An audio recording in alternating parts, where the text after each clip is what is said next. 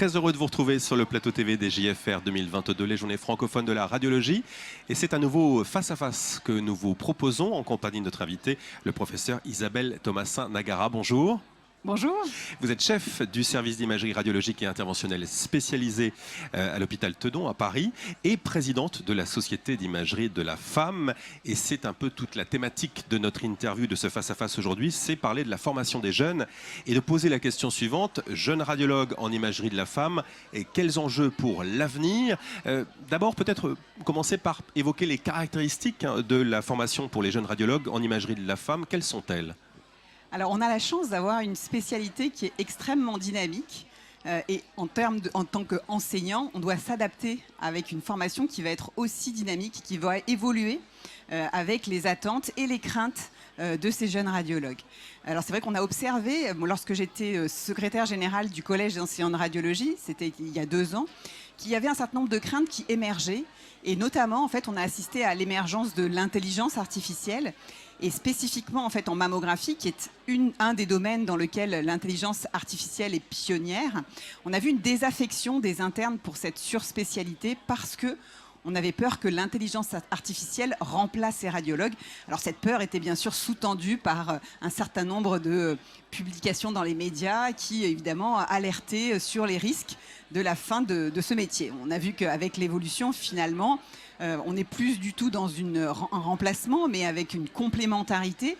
Et donc, on s'aperçoit que cette première crainte, finalement, il fallait la dépasser. Alors, les autres craintes qui sont plus communes, finalement, aux autres surspécialités de la radiologie, c'est qu'on a vu aussi une performance des machines s'accélérer, des technologies qui vont de plus en plus vite, et une charge de travail pour les internes et pour les seniors qui est de plus en plus importante, des cadences qui augmentent, et donc finalement une perte peut-être d'un des principes de la radiologie. Le radiologue est un médecin, et en particulier en imagerie de la femme, on a toujours eu une part importante à l'humain parce que, en fait, c'est vrai qu'on a des consultations, c'est une des spécificités aussi de l'imagerie de la femme.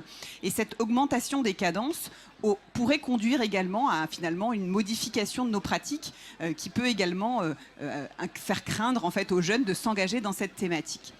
Et enfin, et ça c'est pas du tout spécifique à l'imagerie de la femme, une crainte, c'est qu'on voit la radiologie libérale se transformer avec toute la problématique de la financiarisation de la radiologie, et on sait qu'on ne sait pas demain qui finalement sera décideur de nos types de pratiques, et ça aussi, ça fait partie en fait dans une évolution plus générale et globale de la crainte des jeunes actuellement.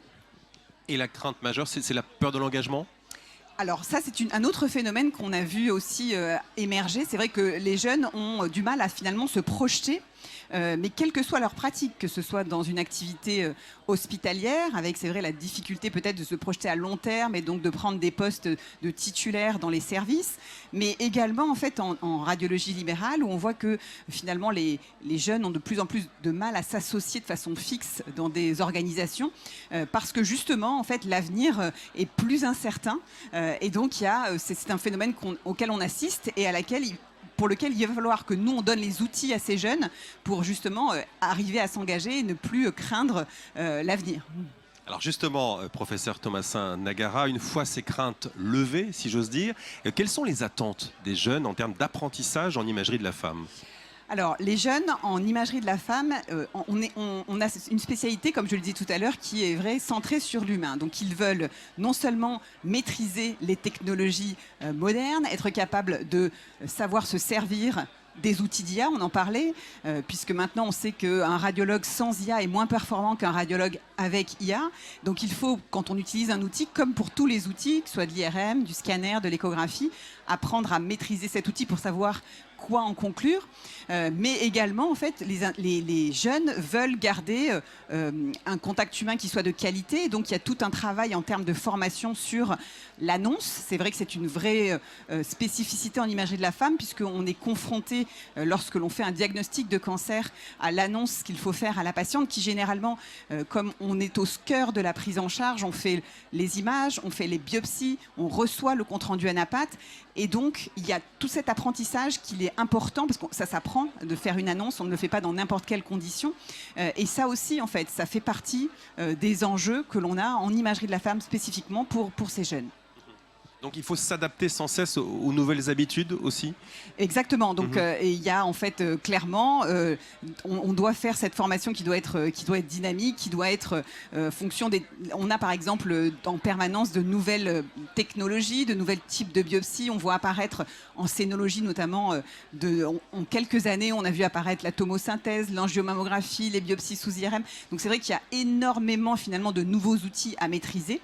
Et ça aussi, en fait, il faut que cette formation finalement, elle se fasse au stade initial, mais ça ne s'arrête pas en fait lors de la phase initiale de la formation, ça se poursuit ensuite. Et par exemple, la CIFEM a construit ce qu'on appelle la CIFEM Junior, qui finalement est la suite de leur formation en tant qu'interne et qui permet aux jeunes de s'inclure au sein de la société savante pour continuer finalement un apprentissage dans des domaines en fait, parce que la spécialité évolue tout le temps. Et puis un autre paramètre, et pas des moindres, auquel les jeunes doivent s'adapter, c'est trouver cette fameux équilibre vie professionnelle, vie personnelle à travers tout ça. Tout à fait. Ça, c'est pas spécifique à la radiologie en imagerie de la femme. C'est un concept qui, c'est vrai, dans le monde moderne, est un concept important. On sait bien que l'équilibre n'est pas toujours respecté, surtout nous médecins. Et les radiologues, malheureusement, sont comme tous leurs collègues cliniciens, toujours un peu débordés par leur activité professionnelle. Et ça, c'est vrai que c'est quelque chose aussi qu'on a vu évoluer au cours du temps. Les jeunes ont bien compris que leur qualité de vie devait passer avant leur surinvestissement professionnel. On n'a plus les mêmes profils et c'est probablement tant mieux. Et donc là aussi, il faut que nous, on trouve de nouvelles organisations et leur apprendre à gérer leur temps. Ça fait partie aussi de la formation qui leur est proposée au collège des enseignants de radiologie. Alors vous évoquiez tout à l'heure s'adapter, s'habituer aux nouvelles technologies. Ça passe par quoi concrètement au sein de la formation ? Alors, en pratique, en imagerie de la femme, on a en fait des nouvelles techniques, notamment diagnostiques, mais aussi thérapeutiques. Et ça aussi, ça fait partie de la réforme du 3e cycle. On a vu émerger ce qu'on appelle une surspécialité qui est la radiologie interventionnelle avancée. Et on voit de plus en plus des technologies qui permettent des traitements. Alors, on avait développé en imagerie de la femme depuis plusieurs années le traitement de lésions bénignes. On sait que maintenant, les fibroadénomes ou les papillomes, il est recommandé en fait d'avoir comme alternative à la chirurgie un traitement percutané. On le fait sous macrobiopsie d'exérèse. On a d'excellents résultats et ça évite la chirurgie pour des patientes qui sont souvent jeunes et pour lesquelles en fait l'enjeu est évidemment l'enjeu esthétique pour ces patientes.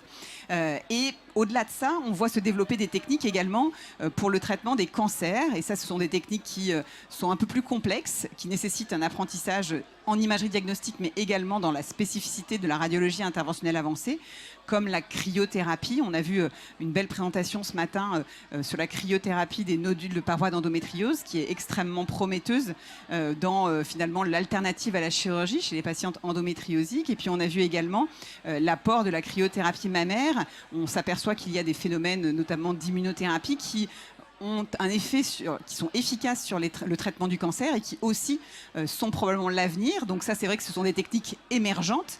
Et donc la formation, on doit leur commencer à les initier. On voit bien que ce sera une formation qui va devoir être dynamique, qui va devoir se poursuivre au cours du temps, parce que ce qu'on apprend en formation initiale, on le voit bien en fait. Nous, quand on était jeunes, n'apprenait pas les mêmes choses que ce qu'on fait maintenant. Et c'est pour ça que du coup, ce que vous voyez aujourd'hui, la Journée française de radiologie font partie de la formation aussi, des jeunes et des moins jeunes, pour permettre justement que la radiologie reste toujours innovante et toujours en progression, en progrès. On voit chaque année, il y a de nouvelles innovations qui sont présentées. Et c'est ça qui fait vraiment toute la force de notre spécialité. Pour finir, professeur Thomasin Nagara, qu'est-ce qui au fond a changé en imagerie de la femme sur le plan de la formation ? Alors, qu'est-ce qui a changé sur le plan de la formation en imagerie de la femme ? Je pense qu'on a la possibilité, on a vraiment identifié en fait des cursus avec des modules, avec des niveaux de formation différents au cours du cursus.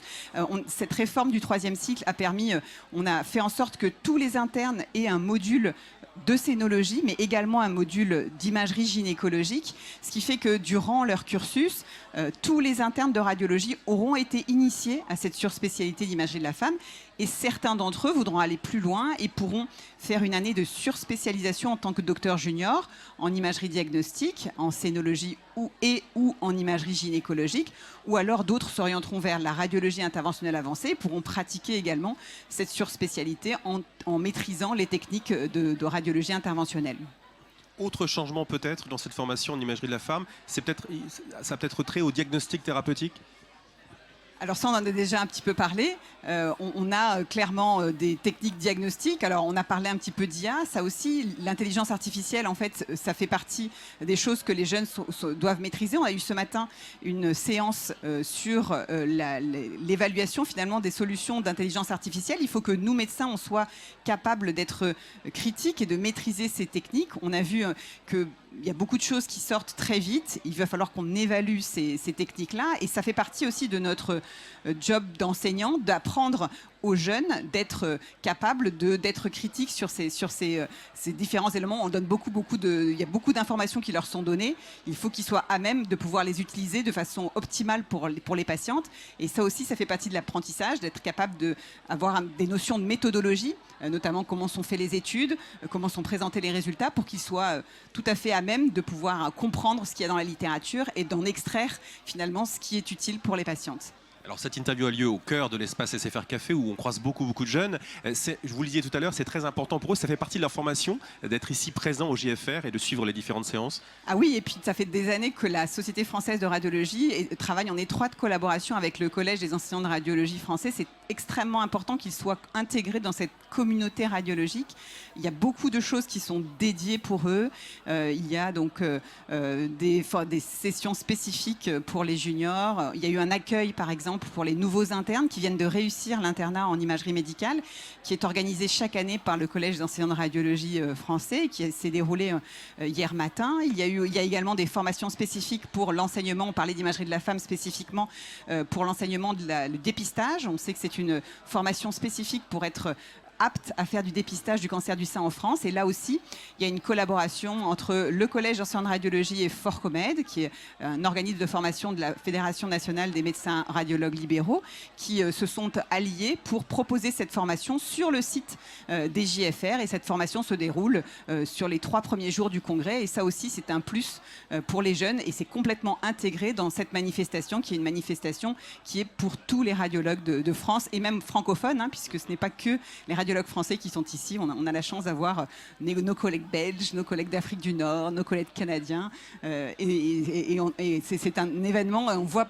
Cette année, il y a énormément de monde dans ce congrès et on est vraiment ravis de retrouver tout le monde après ces années difficiles, malheureusement, grâce à ce virus ou à cause de ce virus qui nous a empêchés de se réunir. Merci infiniment Isabelle Thomasin-Nagara pour cet échange très enrichissant autour de ce sujet essentiel de la formation des jeunes radiologues en imagerie de la femme. Merci d'avoir répondu à nos questions. Merci beaucoup. Et à très bientôt sur le plateau TV des JFR 2022.